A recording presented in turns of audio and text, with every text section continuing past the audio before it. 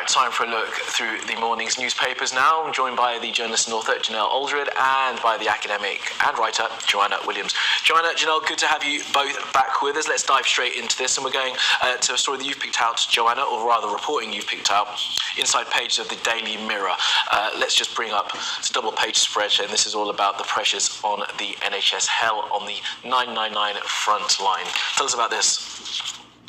Yeah, I think this is a really important story that the Mirror's covering here, and it's actually taking us beyond the issue of pay in terms of what these strikes are about. And sadly, some of these stories we have become familiar with of pensioners who take a fall and are then left cold on the pavement, perhaps even outside, for very, very long periods of time. And this is about paramedics arriving too late. I mean, it's really tragic, arriving too late to patients who've called for an ambulance, or their relatives have called for an ambulance, and the pressure that's placed on paramedics, who then have to turn around and explain to relatives that they're terribly sorry, but there's just nothing they can do. And I do think this is important for a number of reasons. I mean, mainly because it shows us that these strikes are about more than just pay. They are about the conditions in the NHS as well.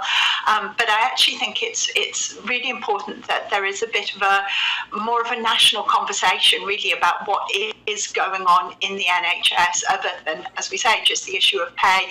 We need to look at why patients who are clinically well are not able to be discharged into care homes. We need to look at where the money is going within the NHS, I think, because if you compare the money that goes into our NHS with other countries in Europe, we don't actually fall that far behind. We don't have the lowest rates of funding, and yet we do have worse outcomes in a number of areas.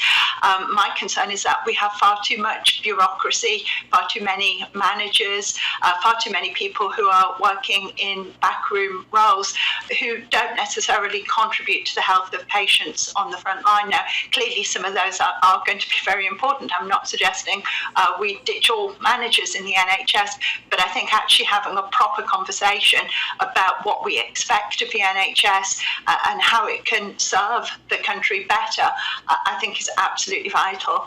Thank you for that, Joanna. And Janelle, you're picking up a story inside the Telegraph, and this is about some of the services that may well be lost as a result of these strikes. Tell us about this. Yeah, so one of the things that is being lost is home births are being scrapped because of transport fears that if things go wrong when someone's having a home birth, then they wouldn't be able necessarily to get an ambulance to get them to the hospital quickly and safely. I'm an ambassador for SANS, the Stillbirth and Neonatal Death Society, and of course in moments like these, and it's hard because it's a choice that women want to make for themselves about where they give birth, how they access healthcare, and that is being taken away. And there are things being taken away, and it does feel hard, but as we spoke about in the last hour, the point of strikes are to be disruptive. The point of strikes are to push the point home that the way things are working are not working, and we need to find some new ways to work. Just like Joanna said, we need to think about what is the NHS here for, what services should it be providing, how do we make sure that it gives first-class care to people. I was having a conversation with someone the other day, and they said the NHS seems very reactive and not proactive in terms of when it comes to healthcare and how we access it. So I think there are many, many conversations to be had, but I feel like we're almost being driven into a private healthcare situation because things will get so bad that people will just begin to start self-selecting out of the NHS, and I think that would be a massive shame. Okay, Janelle, thanks for that. Joanna, let's move on to this story that you picked out here. Interesting reporting inside the Daily Mail, and this is about support for striking workers. Just lay out what this latest poll tells us. Yeah, so it shows that there's some quite big disparities really in the public support for nurses compared to the train drivers, for example.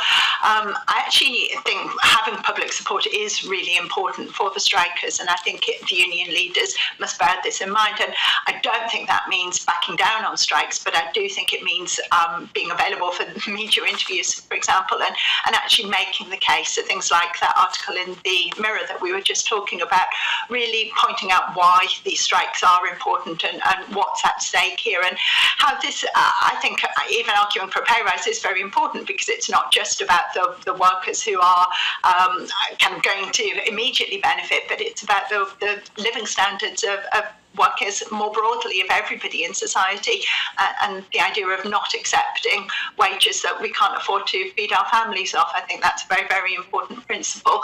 But I do think the levels of support for the nurses in particular do seem to be extremely high, and I think that's heartening. It's saying 66% of the public are in favour of the nurses striking, and even among Conservative Party voters, more people are supporting the nurses than are not. And I think the union really needs to make sure that remains the case. Support has fallen slightly, it's suggesting, for people for the train drivers and the rail workers, but the figures are still fairly high, and like I say, I do think it's important that the union leaders capitalise on this and continue to make the bigger arguments about why these strikes are important. Yeah, thanks for that, Joanna. And I do want to just move on, Joanna, if you can, forgive me, but I want to stick with Joanna because I do want to pick up the story that Joanna's picked out here in the Daily Telegraph. We just reported it earlier by speaking to Karen Adam. This is about those gender recognition reforms. Joanna, you picked out how the Daily Telegraph are covering it. Just tell us what the paper's saying. Yeah, so it's pointing out the fact that children, and I use that word very pointedly, children at the age of 15 will begin to start the process of changing their gender so that they can then apply for a gender recognition certificate in the opposite sex to that they were born as on their 16th birthday, essentially. I have to say, as a mother of a 16-year-old daughter, this concerns me greatly. We do not let 16-year-olds buy cigarettes. We do not let 16-year-olds buy alcohol, and I think there are very good reasons why, as a society, we've made that decision that 16-year-olds aren't allowed to do those things.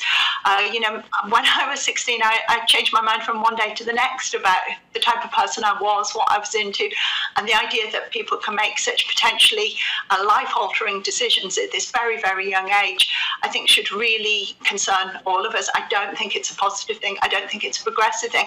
I also think it's incredibly disingenuous to say that this demedicalizes the process, because we know from statistics, from research that's been done in this area, that social transition, that means just being able to change your name, your pronouns, your style of dress, is highly likely. There's a very, very strong correlation with young people who make that step to socially transition, who do then go on to take hormone I have to jump in therapies. because we are running short of time. Just to be completely clear, it is at the age of 16, and it's not a transition yet. It's a gender recognition. It's a certificate, isn't it? So it's not a medical process, but social transition. Absolutely. Okay, Joanna, thank you very much. Janelle, we'll come back to you again in the next hour. I do appreciate you both guys for being with us. Thank you so much. Plenty more to come here on Sky News Breakfast.